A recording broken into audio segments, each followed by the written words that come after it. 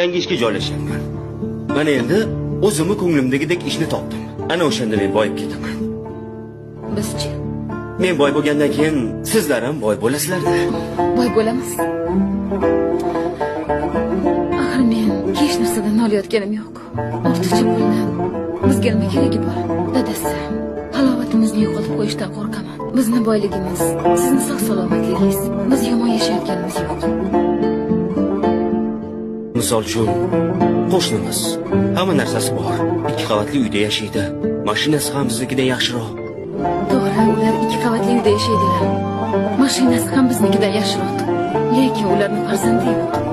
Mana siz bizni farzandlarimizni ularni hamma boyligiga almashtirib yuborarmidingiz?